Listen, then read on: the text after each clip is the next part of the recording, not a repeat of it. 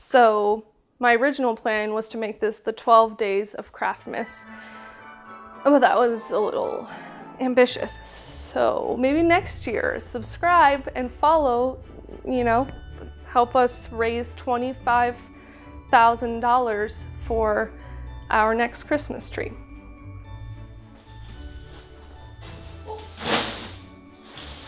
Okay, let's make a wreath. This is our Christmas special. It's going to be called Craftmas, and I'm sort of hoping Kyle will insert some kind of glittery Craftmas font title right here.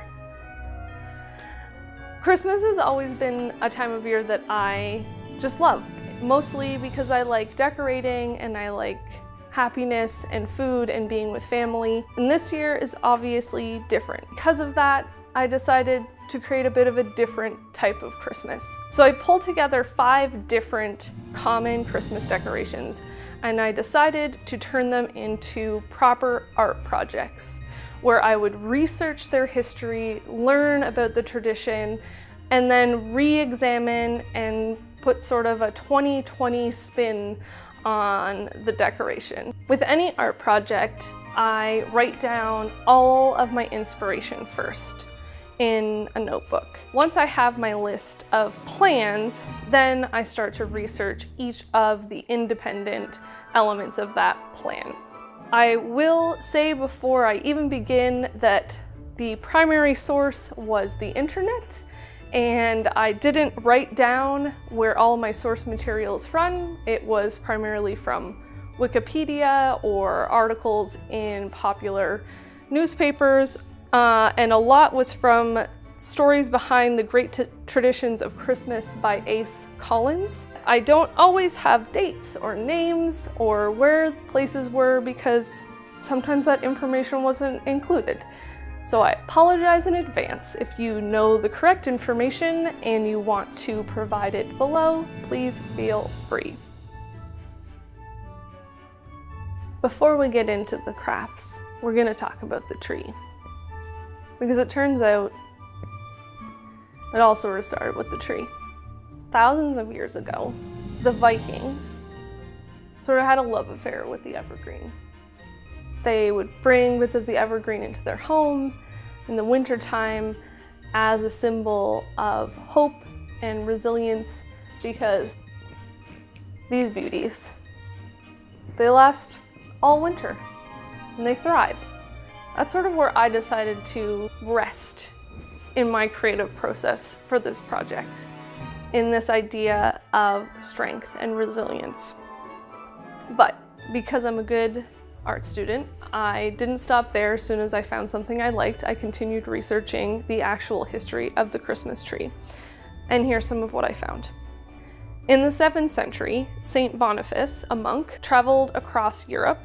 In one of his travels, he came across a band of men gathered around an oak tree. One of the men had a small boy as a sacrifice to Thor. It is important to note that in another telling of this that I found, the man didn't have a boy, he had a pig. I obviously don't know which one of these is true, but a sacrifice was going to be made.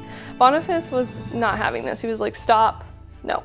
And the men were like, yeah, we're gonna do the sacrifice. As a reaction to that refusal of stopping the sacrifice, Boniface cut down the oak tree in one hit. It didn't really explain whether that was like a punch or a kick, or whether he carried an axe with him, or if there was an axe nearby and he cut it down with one hit with the axe. I don't actually know exactly how he hit this tree down, but the miracle of the situation, especially to the men that were there, was that it was just one hit and the whole oak tree fell down. It was on that note that the men were like, okay, we're not gonna do the sacrifice. We hear you loud and clear. But when the dust settled from this oak tree falling down, a little tiny fir tree was made visible. Again, in another narrative that I read, the fir tree actually grew out of the stump of the oak tree, which is much more magical, and I like it a lot more, but seems unrealistic. The dust settling seems like it would probably be what happened. And when Boniface saw this tree, he explained that this was the tree of life, and that it was sort of a symbol for the Holy Trinity because of its triangular shape.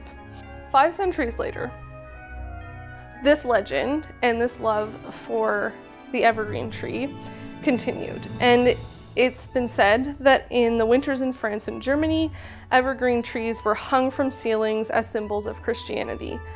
Interesting note I have written here is that they were hung upside down, which, I mean, I don't know. That would really change my relationship with this tree.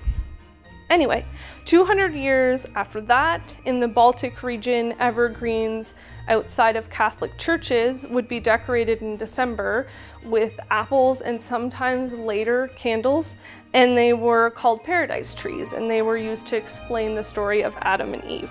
From what I could tell, the first kind of unofficial Christmas tree was in Latvia in 1510 when a small tree was placed on a table. I do know that the Christmas tree grew in popularity and was sort of really developed in Germany. My favorite Christmas tree that I found was silent film star Harold Lloyd's Christmas tree, which was apparently 20 feet by 30 feet and at some points had $25,000 worth of ornaments on it. If you have not seen his trees, I would highly recommend you look them up. The lights, I came to learn, are from a man named Martin Luther, who was walking home in late December and saw starlight coming through the branches of the fir trees and just got like a spark of inspiration, ran home, or in my mind, he ran home. He probably just walked home like a normal person and went home, and he wanted to mimic that experience in his house. So he put a little candle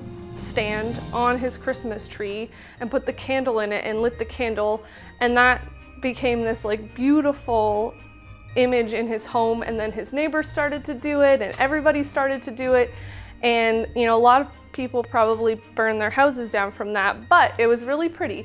And then electricity came and we get to have these lovely little twinkle lights without the fear of burning our houses down, which I really appreciate.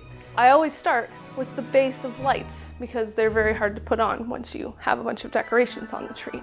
It's kind of like priming a canvas. We're prepared to do the rest of the work. We're going to begin with the wreath. The reason we're going to start with the wreath as our first official decoration is because technically, if you were to go into the woods and cut down a Christmas tree yourself and drag it to your house, it probably would need some trimming so that it had that nice triangular shape. But we bought ours at our local garden center and it's pretty perfect. I'm pretty happy with it. So we didn't trim anything.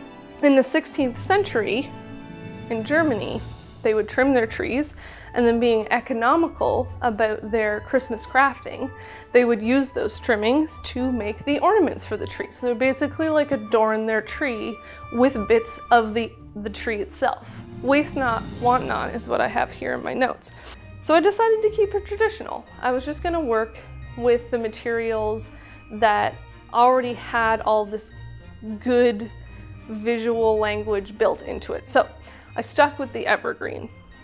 And I went outside of my house and I collected a bunch of material. So obviously the wreath is not something that came out of Christmas trees. Wreaths have been around way before Christmas trees. What I found was that it was generally a symbol of victory and power. In Egypt, they were worn as headdresses. In the Persian Empire, they were a sign of power and worn by authority. Wreaths were written about in Greek literature. They were worn by athletes in ancient Greece. And then we tie that into what we already know about the evergreen, which is that it is also a symbol of power and resilience and strength. Just making a wreath wasn't pushing it far enough. So I decided that I would then take a photo of that wreath and illustrate it. And then I would take that illustration and I would turn it into a print. I decided to make 288 wreath ornaments because we have now been in some form of lockdown or quarantine or limited life access for 200, well, once it's Christmas, 288 days. I wanted to make like a physical representation of that time so that I could hold it in my hands and look at how resilient we've been and feel like a hope for a better 2021.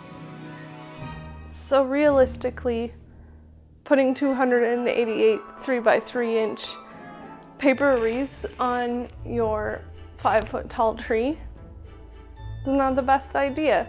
It will essentially just become a paper tree and you won't see any of the evergreen anymore. And we have more decorations. So I'm going to think of a new plan. This happens all the time in art making, is you think you have a good idea and you start executing it and the idea says, oh no, I wasn't as good as you thought. And instead of crying and feeling shame, you pivot and you change it and you make it into something even better. So maybe Kyle will again make a glitter transition right now and it will go like blue, blue, and then poof, the next part of this scene will be whatever this turns into that looks awesome, but is yet to be discovered. It's been a minute since the last time we chatted. As you can see, the wreath transformation has happened. Unfortunately, not all of the wreaths made it into the arch because this project took significantly longer than I was imagining it would. 3 full days of work essentially went into stringing up the wreaths.